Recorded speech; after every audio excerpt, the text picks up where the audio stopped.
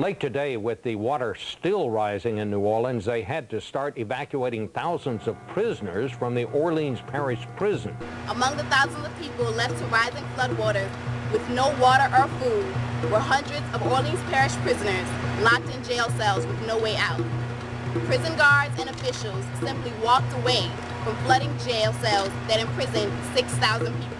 Prisoners were trapped for as long as 4 days in sewage-tainted water up to their chests without food and water.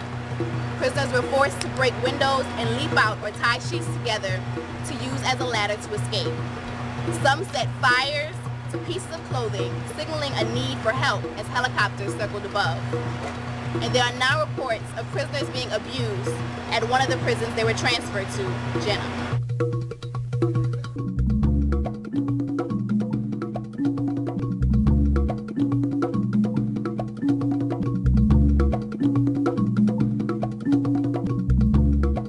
A makeshift jail has been established in the New Orleans Greyhound Station.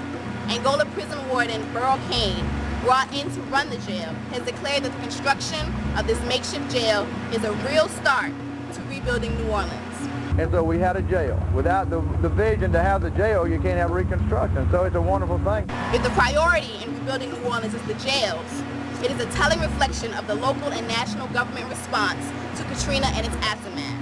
Law and order first, meeting needs and saving lives last.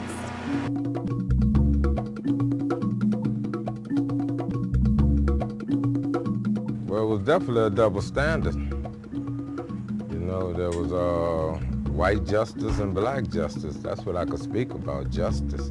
Local police, already under scrutiny, were involved in a videotape beating of a suspect. White justice didn't include violence. The black justice was also all-inclusive of violence. I would say from the time the levee broke, black men was demonized, or black people was demonized, in particular black men. You know, they was all classified as looters. Some of them was doing rescue, but they still was classified as looters. Katrina's aftermath reflects the way we as a nation increasingly deal with social ills. Police and imprison primarily poor black communities for crimes that are reflections of poverty and desperation.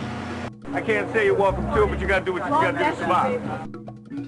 I couldn't walk up on the police here. If I got as close as I am to you, then the weapons was drawn on. That's the closest that I was able to get. The reason that we are demanding community involvement and a total reconstruction of the public safety system here in New Orleans is that what we saw, the disaster in the Orleans Parish Prison, the evacuation, was just the last one in a string of failures of this system. As such, we demand an independent investigation of the evacuation of Orleans Parish Prison. We also demand amnesty for those who are arrested for finding food and trying to help themselves in the aftermath of Katrina. There are so many people who are talking about public safety as if a return to public safety here in New Orleans will mean a decrease of certain populations. We've heard it said that if we just keep black folks out, if we keep poor folks out of this city, that somehow public safety will increase. And we want to say very clearly that that is not what public safety is about. The reconstruction effort must seek to build a safer New Orleans, one in which safety is defined, determined, and created from the bottom up and not from the top down.